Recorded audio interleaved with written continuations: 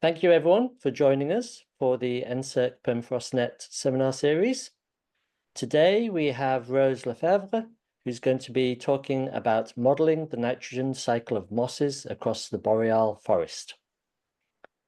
We're going to have an introduction by myself, and then Rose is going to give you her presentation, and we'll have question and answer after the presentation. If you have any other questions that you think of during the presentation, feel free to put them into the chat, and then I can always read them out to Rose afterwards. But I hope you all enjoy it, and we're going to get started soon. So Rose is currently completing her MSc in Geography at the University of Montreal under the supervision of Oliver Sonnentag and Joe Melton. She studies the influence of mosses on the grand thermal regime, the carbon cycle, and the nitrogen cycle in the boreal forest, using the Canadian land surface scheme, including biogeochemical cycles, or CLASSIC. She'll present the work she did to modify CLASSIC to include a new representation of feather mosses and to implement mosses in the nitrogen cycle. She will also present some preliminary results. So over to you, Rose. Thank you, Tristan. So hi, welcome to my presentation. So yeah, I will be presenting my work, evaluating the influence of mosses in the boreal forest with CLASSIC. So before we start, I just want to talk about mosses a bit, why mosses matter, mosses in the boreal forest.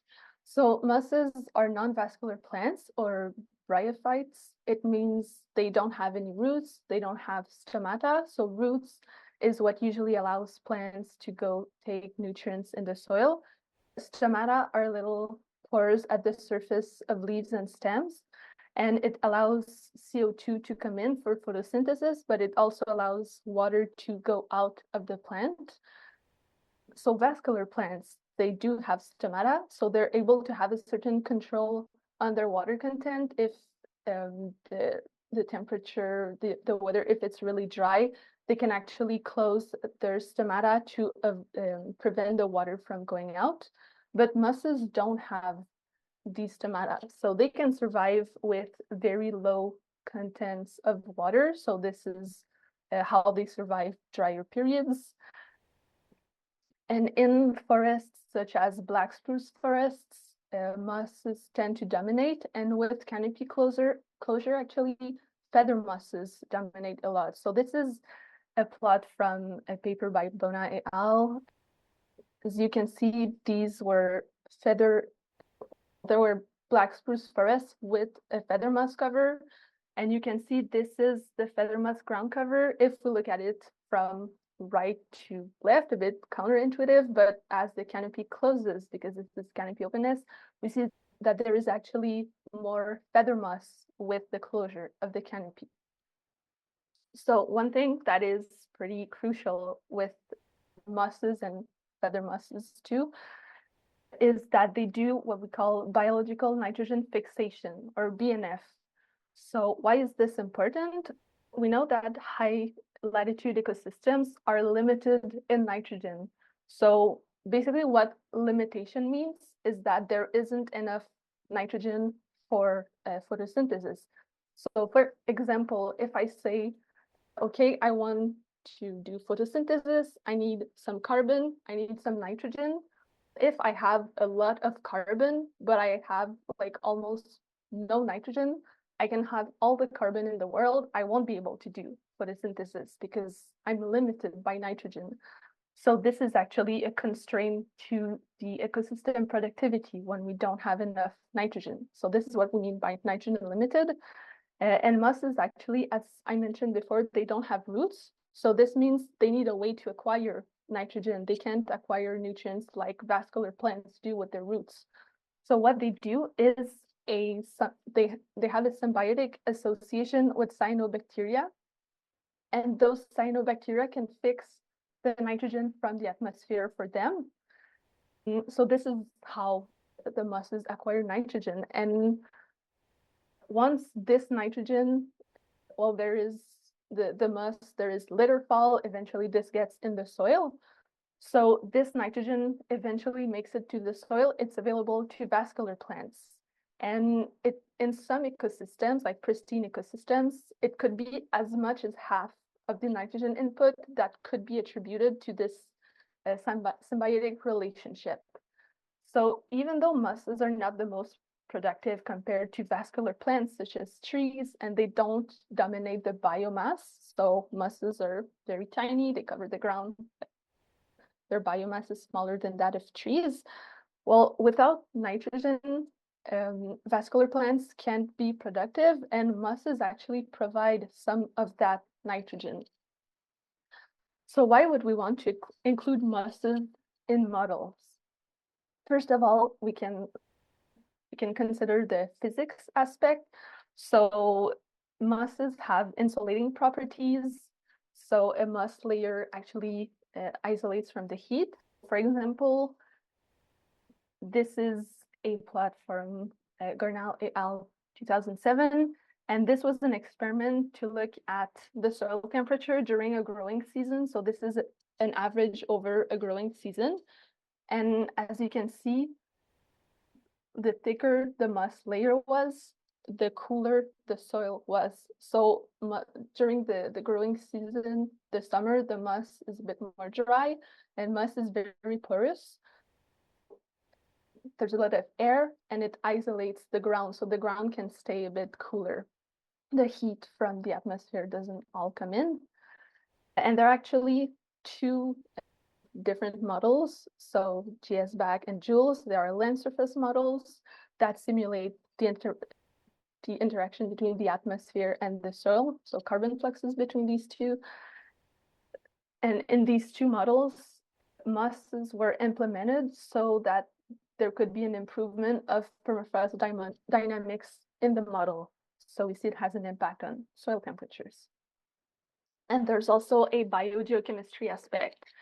So mosses are responsible for the accumulation of peat in the soil. Actually, that's mostly sphagnum mosses. And as I mentioned before, there's the BNF, which is an important input of nitrogen in the ecosystem. So the mosses have an influence on the ecosystem productivity through both the carbon and the nitrogen cycles. And carbon cycle dynamics has been identified as one of the missing pieces to the Arctic boreal puzzle, so by Fisher et al. And yet currently we don't know exactly in the future, are we going to see a carbon source or a carbon sink at high latitudes? Because higher temperature could mean more vegetation, it could mean more vegetation, more photosynthesis, but also if we have vegetation at too high temperatures, then it won't necessarily be more productive. And we also have permafrost dying. So there are a lot of uncertainties, specifically at those higher latitudes, uncertainties with the carbon cycle dynamics. This is why we want to improve the model realism, and mosses are like one piece of this. If we consider this tinier piece of the puzzle like a puzzle itself, then mosses are a piece of that puzzle. And yeah, of course, permafrost is included in those high latitude carbon dynamics. So just a quick presentation, because I know there are some people here who are very familiar with classics, some of you who don't know what classic is. Well, it's the Canadian land surface scheme, including biogeochemical cycles. As you can see, the figure is just to give you an idea of all the processes that are included in classics. So can be physics, so the ground thermal regime, snow properties, energy fluxes. And then we also have biogeochemistry, so the carbon nitrogen cycles. There's also methane. And the nitrogen cycle, I will come back to this later, but can be turned on or off in the model. And this is just an overview, but actually what I focus on, if I can summarize it to this. So I really look at the carbon nitrogen fluxes between the atmosphere and the terrestrial surface, the ground. And I look at how specifically mosses have an impact on these fluxes.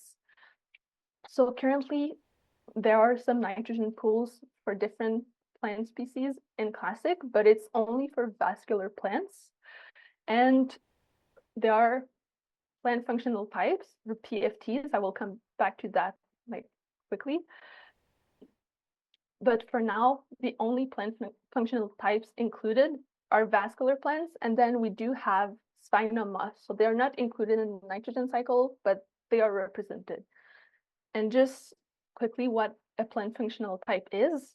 Well, when we model, we have to make some compromise. So there are obviously so many plant species, but we can't include all of them in models. It would be too complex, too much uncertainty. But also, it wouldn't be realistic to say that, okay, all vegetation is the same, we all treat it the same way. So a compromise that we do is we say there are some plants that look more alike between each other than they do with other plants. So we regroup them in PFTs. So when I say that I want to include a feather moss PFT, what I mean is that there are certain species of mosses that are similar enough together, and they're more similar between each other than they are similar to other types of plants, that I can group them together. So the objectives for my work, first of all, I'm looking at improving model realism in classic by implementing a feather moss PFT and including mosses, so both the new PFT and sphagnum mosses in the nitrogen cycle. Then I'm looking at improving productivity simulations at 8 boreal sites by including mosses in the nitrogen cycle. And then I will look into evaluating the influence of mosses and productivity in the boreal forest. So I have 8 study sites that I look at. They are all boreal forest sites. They are mature black spruce forests. The permafrost cover really varies depending on the site. So as you can see here on the map, there are sites more to the north that are in zones with like continuous permafrost, but there are also the more southern sites are closer to the sporadic or isolated permafrost zone. And feather mosses are present at all of those sites. At these sites, there are some measurements. I simulate those sites, I run the model for those sites, and then I can compare the output with some data that I have. And the data comes from the measurements from 80 covariance towers. So as you can see on the different pictures, basically to measure, for example, carbon fluxes. And what I use is it's observation derived data. The data set that I use, it's not data that was necessarily directly measured. There is some data that is derived from those measurements that were taken in the field. This is just to give you an overview of the new workflow of the nitrogen cycle in classic, now that mosses are part of this nitrogen cycle. The green pools are all pools that were already in the model. As you can see, it's mostly vascular pools. We have vascular nitrogen pools, and then we have carbon, which is here, that allows us to calculate photosynthesis. So VC max is the photosynthetic capacity, how much photosynthesis can take place. And as you can see, there was already a carbon pool for moss, for sphagnum moss. This part here, this is what I worked on implementing. So now we have 3 new pools for mosses. The live pool, then there is some litter fall, and we have a detrital pool, and then this gets decomposed or humidified, and we have this humic pool, so soil nitrogen. In the new additions, there's the new feather moss PFT. Here, the carbon pool, as I said, we already had this carbon for this moss carbon pool, but it was only for sphagnum moss. Now we can also have this pool. There is an equivalent for feather mosses. All these pools are new. There were no moss nitrogen pools before. We have these new pools and fluxes between the pools. So there is a new input. So as I mentioned before, the moss BNF is an important input of nitrogen in the ecosystem. So this is now represented in the model. So as I said, the moss photosynthetic capacity, so VC max, this now depends on mass nitrogen, because before, when we calculated the productivity of the mass, you would just say, okay, this is the carbon that we have. So this is the photosynthesis that can take place with this carbon. But we know that since we are limited, we need to downregulate it a bit. So there is an influence of masses on the ammonium pool. So it's actually this pool here. You can see that the nitrogen in the soil, like this mass and humic pool, this actually ends up going in this ammonium pool. And this is a pool accessible through the roots by vascular plants. So this is how there is a link between masses and vascular plants in the model. And finally, these pools, they are for both sphagnum and feather masses. So both mass plant functional types are now included in the nitrogen cycle. So as I mentioned, I think I mentioned it a few times actually, but yeah, BNF, mass BNF is really important. So one thing that was important was to actually calibrate the equation for mass BNF, because we wanted to accurately represent how what controls the mass BNF. So the mass BNF equation was based on the vascular equation. So for vascular plants, we have, like, when we want to calculate how much nitrogen comes in the model through BNF, first of all, we have a base rate. So this is the maximum reasonable value of BNF that can take place. And then we have those factors that have values between 0 and 1. So if both of these factors are equal to 1, then the vascular BNF will just be equal to the base rate. It's going to be the maximum value. But in reality, sometimes if the temperature is too low, or if there is no need for nitrogen, there will be less BNF. So the nitrogen stress, this means that when plants need more nitrogen, they will fix more nitrogen. But if there is a lot of nitrogen available already, they won't be fixing as much nitrogen. So this is the equation for vascular plants. And then for masses, it's very similar, but I added a dependency on mass moisture. So from the literature, I saw that the BNF really depends on how much water is available to masses. So if masses don't have enough water, they won't be able to do BNF. So this is why I added this here. And once again, these two are linear functions. These variables go between 0 and 1. So if, for example, the soil moisture content is of 0.5, then this function here, this is going to be 0.5 times the rest, for example. And yet another thing that had to be changed is that the optimal temperature for BNF for vascular plants, it's the equation, this temperature function here, because these two are just factors between 0 and 1, but this linear function, this is a more complicated function. So it's represented by this red line here. And in this function, the optimum temperature, so the temperature at which the function temperature is going to have the highest value, is at around 33 degrees Celsius. And this was not realistic in my case for masses, because the sites that I work at, the maximum temperatures are between 15 Celsius and 20 Celsius. So if we look here, we can see in that range, the coefficient here would be like of a maximum of maybe 0.4. So it's not realistic. If I said earlier that mass BNF is a really important contribution of nitrogen at higher latitudes, but it doesn't make sense to then say that, well, the BNF is always really low, because the factor is going to be really low at these lower temperatures. The equation that is currently in Classic, we can change the temperature at which it peaks. However, you can see if it peaks, for example, at 15 degrees Celsius, we see a really abrupt change here. So it's not very, very realistic.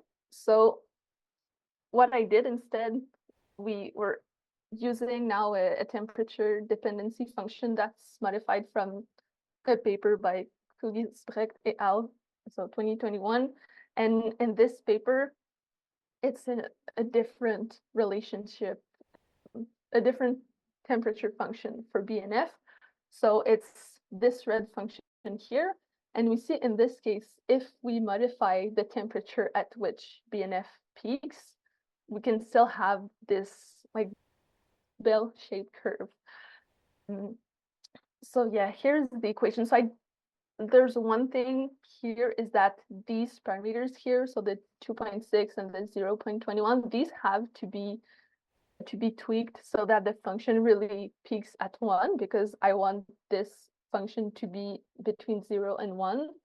But otherwise, the shape of the equation is really more what we want than something like this with an abrupt change.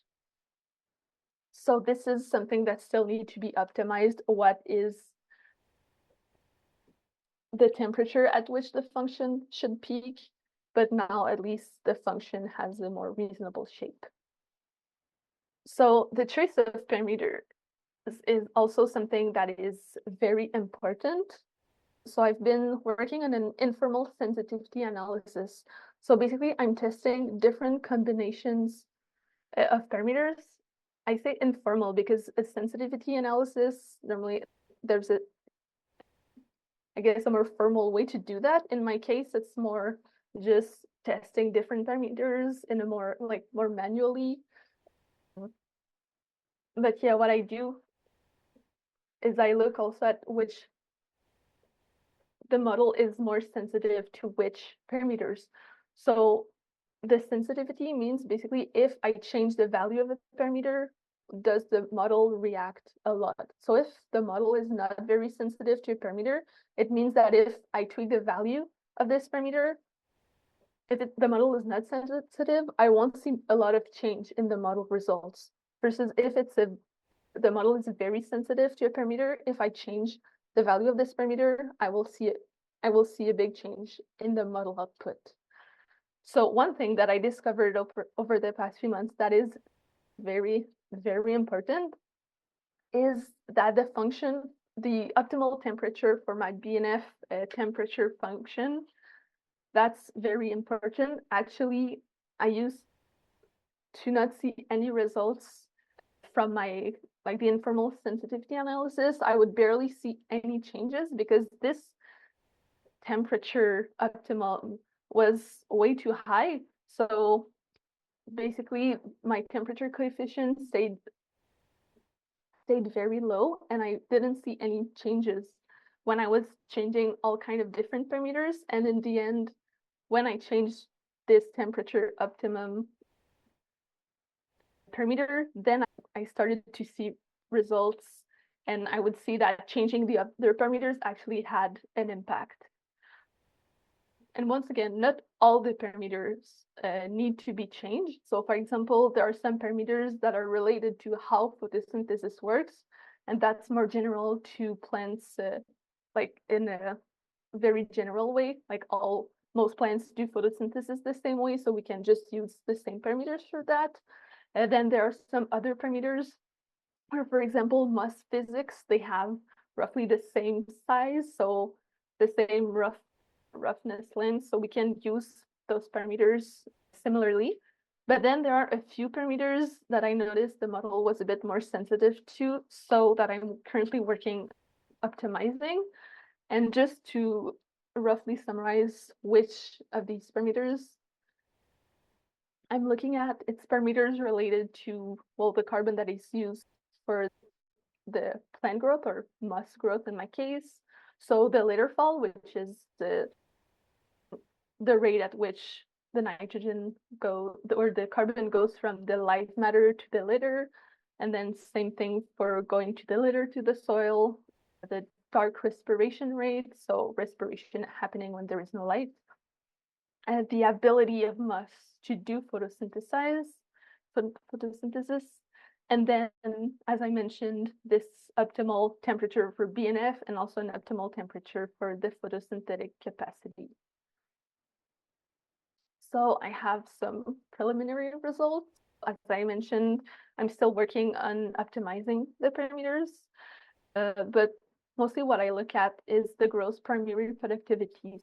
For each of the sites that I look at, there is some data for multiple years.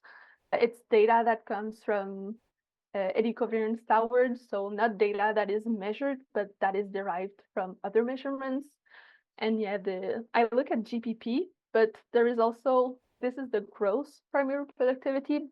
So that's the carbon that gets in the soil as a result of photosynthesis. But then part of this carbon can be used by plants for ecosystem respiration. So that would be the net ecosystem the net primary productivity, but I personally look at the gross primary productivity. So this is just an example for one of my sites. So we can see here, I'm testing two different parameter ensembles. And we can see with those time series, it's a bit hard to get a feeling of what changes when we change the parameters. So just by looking at it, we can see some little differences. Like here, we see the model was a bit less predictive with this second set of parameters. So just to give you an idea of what was changed between the two. So in blue, that was the part of the respiration that is used for plant growth, and then those optimal temperatures for BNF. And for the photosynthetic capacity, they were at different temperatures, but it's hard to quantify things just with those time series like that. So just, I want to add, this is when the nitrogen cycle is turned on, and this is when the nitrogen cycle is turned off. So when we don't know the amount of nitrogen that we have, so we just say, well, productivity is probably less than what we would get from this amount of carbon since we are limited by nitrogen. So just looking at those time series isn't necessarily enough. Just visually, it can give a good idea of which sites are currently overproductive and which ones are underproductive. So compared to the observation-derived data, for example, here what the model simulates, one, we do have feather mosses in dark purple as opposed to no moss in pale purple, but it's hard to use these for more quantitative results. So what we can do is look at the mean annual cycle of those different time series. So basically what this means is, for example, here, this is what the average day of the year 250 looks like for the simulations and for the observation derived data. So like this in black here, for example, this is what an average year looks like at one of my sites. So here, we can already start to get a bit of a better idea of, like, for example, are we getting the peak at the right moment? So is the model simulation producing a peak of productivity at the same time as the observation derived data? We can also look at the start of the season and the end of the season. But one thing that is more helpful is to look at scatter plots like this. Also, since in this case, this is linear, it's going to be easier to do statistics on this, for example, to calculate bias. So how much the simulation data differs from the observation data. So here you can see the dashed line, that's the y equals x equation. So that would mean if the simulation was a perfect match of the observation derived data, all the data points would be on this line. The black line is is a curve fit, so a linear equation that fits best with the data points that I have. So on the x-axis, we have the observation derived GPP, and then on the y-axis, it's the simulated GPP. So if we see, like in this part of the graph, it would mean that if we have data points here, it means that the if the observation derived data is very high, but the simulated is low, it means the model isn't being productive enough. And the opposite, if we have points, more points here, it means the model is the simulations are too productive, because for low values of observed GPP, we have like higher values of simulated GPP. So in this case here, the paler color, that's when there is no moss in the model. And here in purple, we have with the nitrogen cycle turned on and then the nitrogen cycle turned off. And yeah, sorry, I forgot to mention, but the bottom is when we do have feather mosses in the model. So one thing we can see, technically this is the model, there is no feather moss PFT, mosses aren't in the nitrogen cycle. And then we look at this where I implemented this new feather moss PFT and now feather mosses are in the nitrogen cycle. We see that the changes maybe don't look like, it doesn't look like there is a lot of change. And then we look at this other site where actually maybe it even looks worse. So we can ask ourselves, why should we even bother with implementing the nitrogen cycle of mosses in the model? So one thing we have to keep in mind is that ideally we want to be able to rely on the nitrogen cycle in classic. We want to be able to turn on the nitrogen cycle and get realistic results of GPP.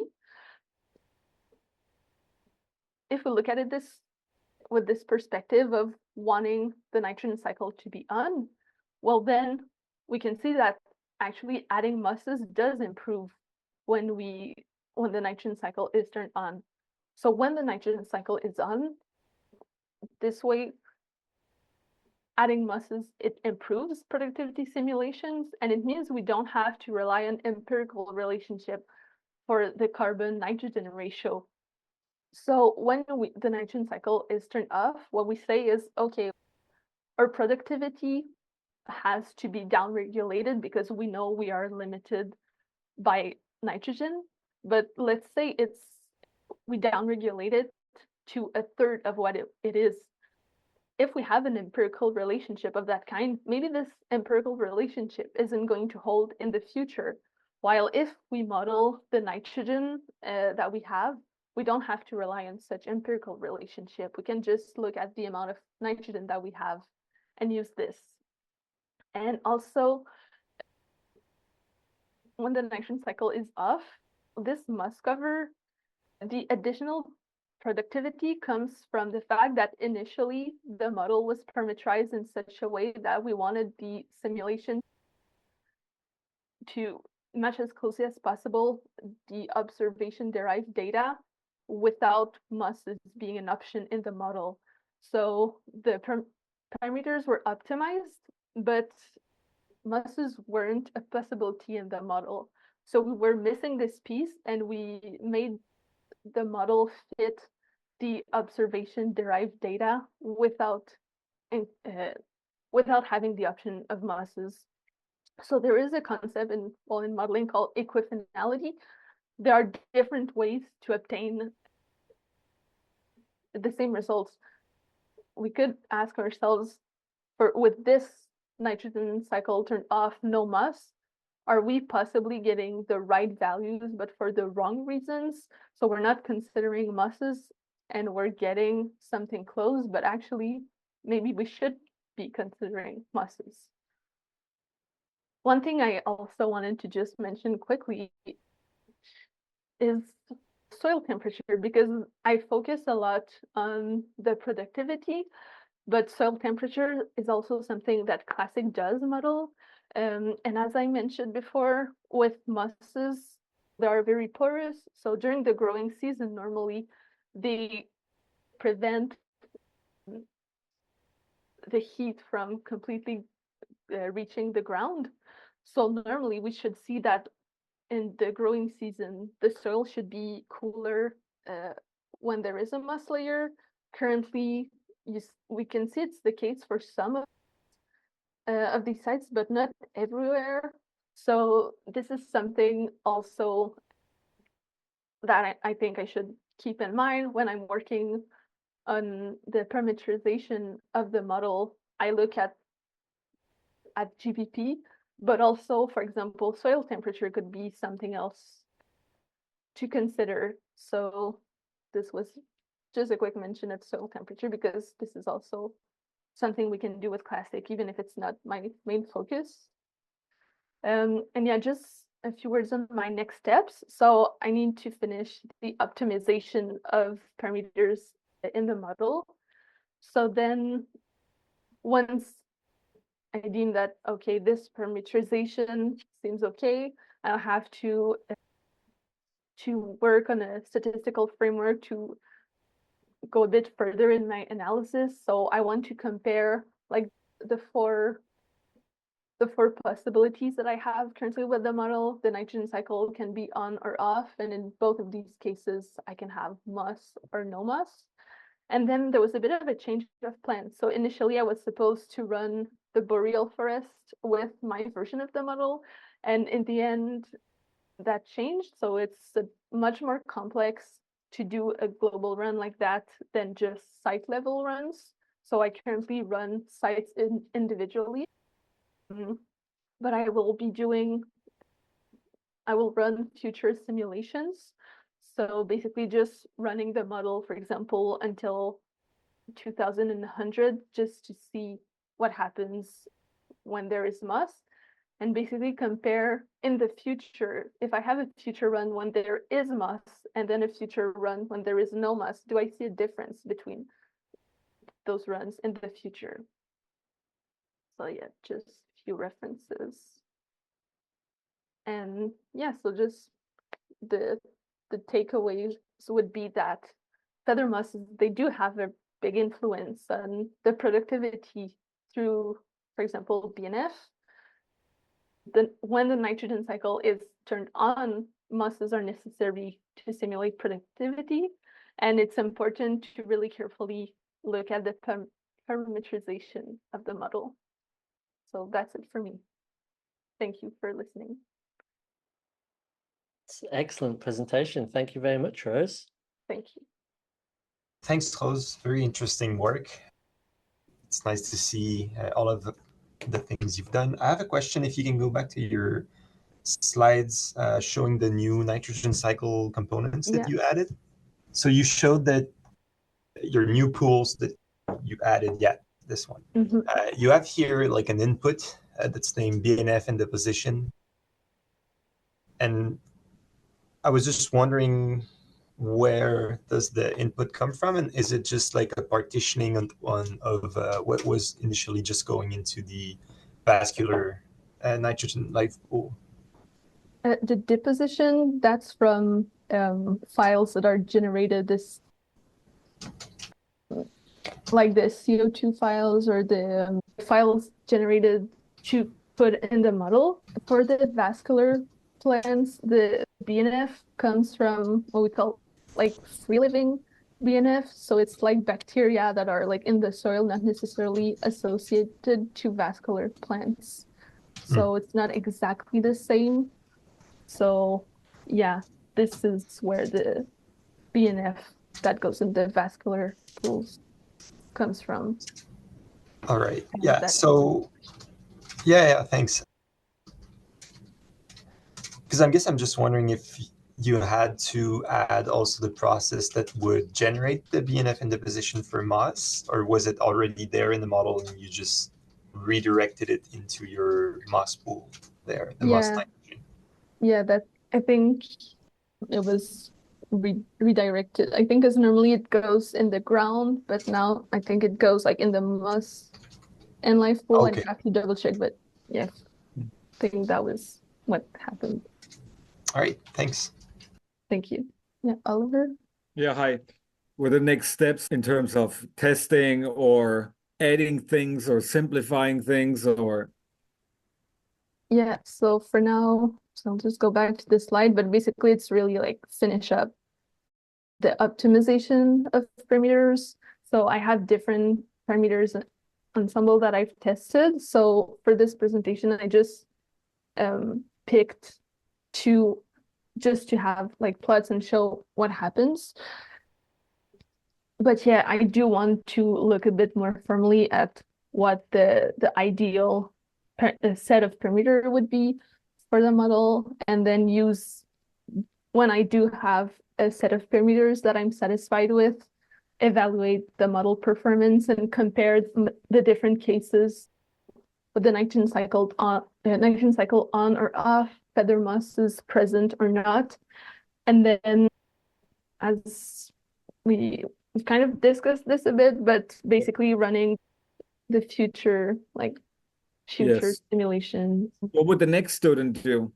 Well, I guess for now I focus more on feather mosses. And for example, in the boreal forest, we know that feather mosses fix a lot of nitrogen in the soil. So I was thinking maybe it would be interesting to just look at maybe sphagnum mosses, because as I said, there are two moss PFTs. We have sphagnum and we have feather mosses. But for sphagnum, maybe the BNF behaves a bit differently. Maybe there are different sources of nutrients in peatlands, for example. So I think this could be interesting to look at. Those new moss parameters that are for the nitrogen cycle specifically. Right now I'm looking at parameters mostly for feather mosses, but they could be different for sphagnum mosses. So that's one thing I could think of for now. Katie just posted a question. Yeah, that's a good question. So for mosses, they are more competitive in ecosystems that are low in resources, because, for example, if there's a lot of nitrogen available in the soil, well, the vascular plants are able to grow, they can outcompete the mosses. So maybe if there is more nitrogen available like this from permafrost thaw, I'm thinking maybe that could have an impact on mosses, to vascular plants outcompeting them. But that's definitely something interesting I have to think about. Thanks, Katie. So Rose, you mentioned that you reduced the peak of your temperature function to more represent the sites that you had. And I have maybe a beginner's question, but so I'm guessing that there's moss in ecosystems that are not in the boreal forest. And so if you implement something like mosses in Classic, which is a model that you can run globally, aren't you worried that if you lower the temperature maximum there, it's going to affect other ecosystems? I know that for your work here, it's relevant and I think it's important to adjust. But if you want to implement something that's useful everywhere else, how could you account for that? Or maybe in some other work or someone else could? Yeah, well, that's a good question. I know that the feather moss like Pleuroseum schreiberi, which is one of the big ones that I'm looking at, it's, if I'm not mistaken, one of the most common mosses in the world. So I think that if we have these parameters for this type of mosses, I think it's okay to have that same parameter for this type of mosses like everywhere. Maybe in these ecosystems, I'd have to look if there's a possibility that maybe there is just less BNF happening because it's too warm. So this is something I'd have to look into. If I'm not mistaken, for mosses, the feather mosses, there's a peak in BNF around like between maybe like 15, 20-ish degrees Celsius. So I think that this for one species of moss like would be true across ecosystems. One thing that could be interesting to see is in these other ecosystems, first of all, are there mosses? Are there other types of mosses that we should parameterize? Is it necessary to have other mosses, PFTs? But yeah, I think it's a really interesting question, and it's definitely something to consider if we want to run the model globally with this new version. Right, thanks. Yeah, I don't mean to add any work to your workload, but I guess it could be interesting to add a few sites that are elsewhere. Yeah. provided that the data is there and that there's moss on the ground for sure. Thanks. Thanks. And Joe? Yeah, thanks, Rose. Really nice talk. I had a couple questions. Like one of them was, I think this is the hard part about when we're doing kind of parameterizations like this is figuring out how much data is available to parameterize the model with. And so basically, I have two questions. One of them is like, how much were you able to find enough data to parameterize the model? And if you didn't have data, what would you do to get around that? And so that's one question. And my second question is then related a bit to Charles. Is it possible for us then to say, okay, we know where moss are, or is that something that we still like where moss is in the landscape, or is that something that we'll have to work at to figure out where is moss on the landscape before we can say run it Canada-wide, globally, whatever? Okay. Yeah, so for the first question, you said if we don't have the literature to parameterize. Yeah, or for one thing, how easy was it to find literature? Yeah. Did you find enough? And if you didn't find anything, what was your kind of process to deal with that lack of information? Yeah, so for some of the parameters, indeed, it was a bit hard to find some literature because also sometimes with model parameters, it's not like something that is measured. So sometimes that's why we need to communicate between the modeling community and then the people who take measurements. Sometimes what I want to put in my model is not something that people measure, or sometimes it's just not something that you can actually measure. So yeah, there's a paper, for example, in which there is some information about just how feather mosses, the accumulation of peat is, for example, 60% less than under sphagnum mosses.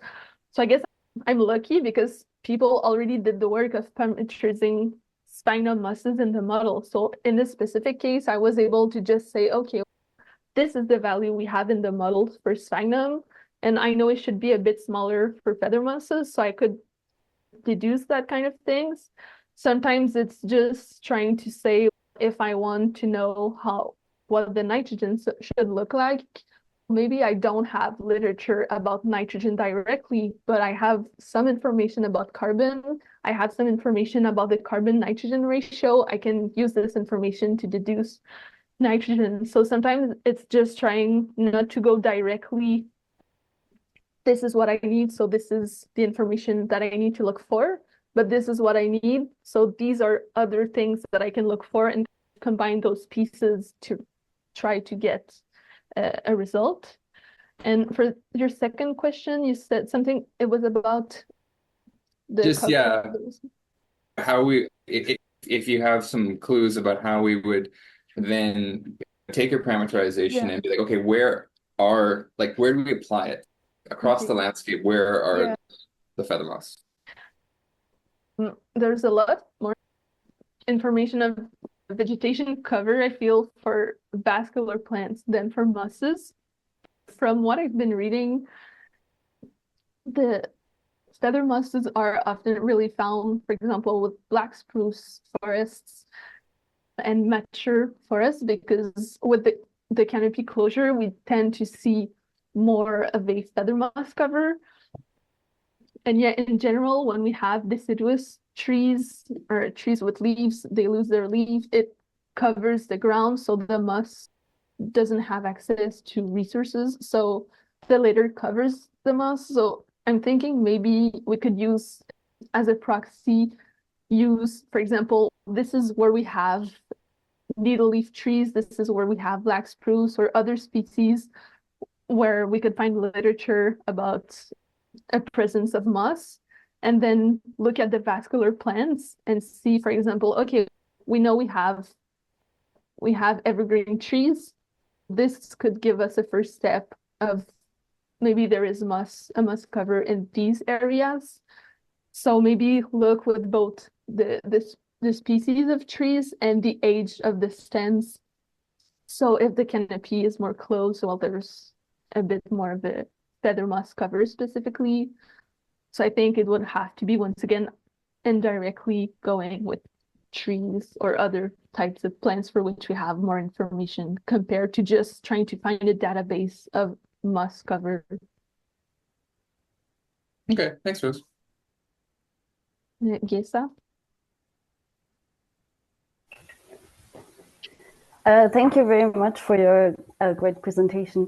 So one thing I was wondering about is there seems to be a much bigger difference running with the feather mosses or without them when you have the nitrogen cycle on rather than off.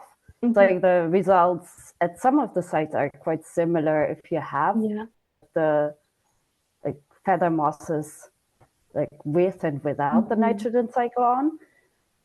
I was wondering if you looked much at the carbon related parameter values for the feather mosses, or mainly focused on the nitrogen cycle parameters.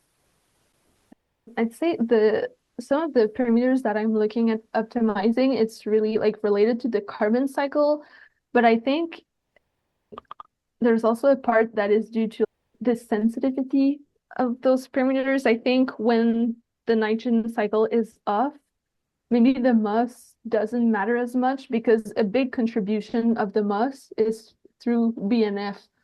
For example, if we change the moss litter fall, there is a lot more litter fall happening. There is a lot more carbon in the soil pool for the moss, but not that nothing happens with it, but it's just more carbon, but maybe it doesn't have as much of an impact on vascular plants. But when we do add the moss BNF, what happens is we have more nitrogen that's available to the vascular plants.